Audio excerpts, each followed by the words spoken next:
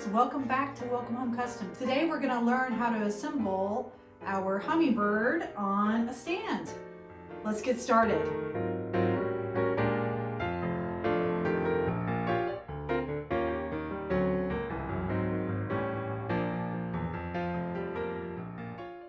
Jump right in and check out these files. So we have the backer base, we have the design, and then we have an optional acrylic. Your backer base, again, we're going to have lots of slot sizes. Make sure to check out the wood measurement tool on the website.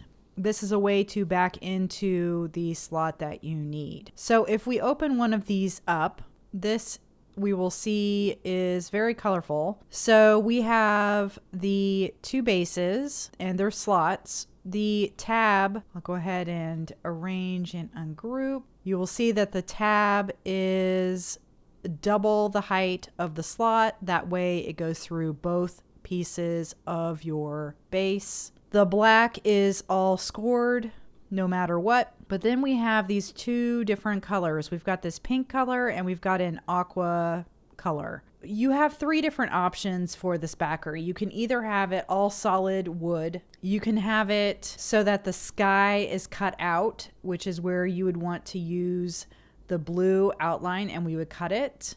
And then we could even use acrylic and add acrylic to the back so that light can shine through. And if that's the case, then we're going to want to cut the magenta. Make sure you're reading those instructions. It will help. So that is the backer file. Let's go ahead and delete that off and we will import the design file. Now you'll see this is a little bit more straightforward. So we are scoring the black and we are cutting the red. Again, remember scoring is a fast, low power cut. We are going so fast and we have such a low power that it's not going to cut through. We are marking the wood. So that is the score. If you try to engrave, it will error out. It will not work. So that is your design file. Let's go ahead and delete this off and let's open up our last file, which is the optional acrylic. These are your optional pieces now. Keep in mind, I have them set up so that if we're looking at the sky, it is running from left to right on the pattern. So let's say you've got a pretty sky pattern that you wanted to include and use. If you were to rotate this piece right here like that, your sky is going to be all wonky on this one piece. So make sure that you have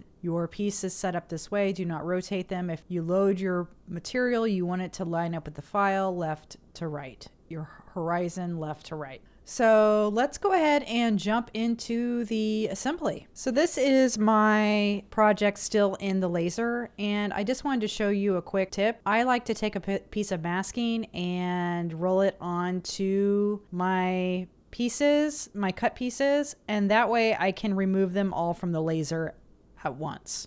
So quick review, here is my backer with the tab. I have got my two pieces that are the base, and then I've got my cut design that we are going to paint. I like to lift the design frame off of the masking and then leave all of the cut pieces on the masking. It just makes it easier to keep everything organized. I'm using a Baltic birch, so I had some spots that were holding on, but you can see now all my pieces that I need to paint are still on the masking, and I can line up my frame onto my backer. At this point, if you do want to paint your frame, then I would probably do so. I, of course, did not because I wanted to make it harder on myself. For the hummingbird colors, I used the Artist Loft brand. These are the colors that I ended up using. And then I finished the hummingbird with this iridescent medium.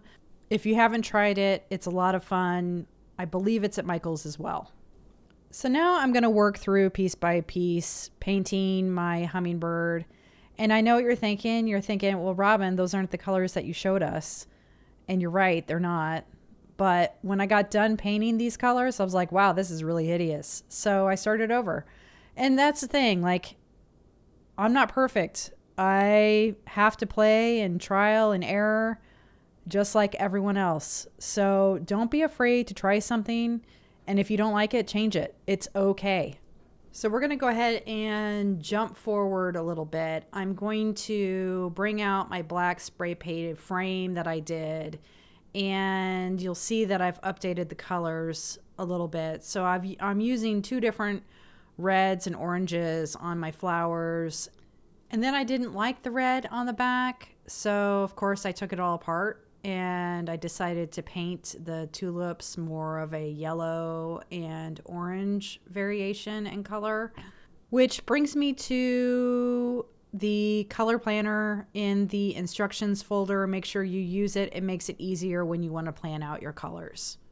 So now that we're painted and dry, I'm going to grab a piece of cardboard and I'm going to lay it over the top, and I'm going to use it to pick everything up and flip it over.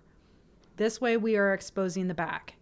Now you'll see how there's this channel all the way around. This is where we would apply our acrylic if we wanted to glue it in there. I decided I'm going to keep it at open sky, but just so you know, that's why those channels are showing. Now what we can do is we can add glue to the backer and glue it up. Once I have all of the glue spread out throughout the backer, I am going to place it back on top of the pieces. We can line it up with the pieces underneath, and now we can use the cardboard once again to sandwich it together, flip it back over, and we can admire our glued piece. Now I would weigh this down while it dries just to make sure that nothing pops up or warps from the moisture of the glue. I like to use a piece of scrap wood and then a sandbag. It's just a photographer's sandbag filled with regular old sand from Home Depot. So now all we have left is to add the base to the tab on the bottom, and our project is done. Okay guys, that's it. Hopefully you found this tutorial helpful. Make sure to subscribe to the channel and check out more tutorials just like this. Thanks so much.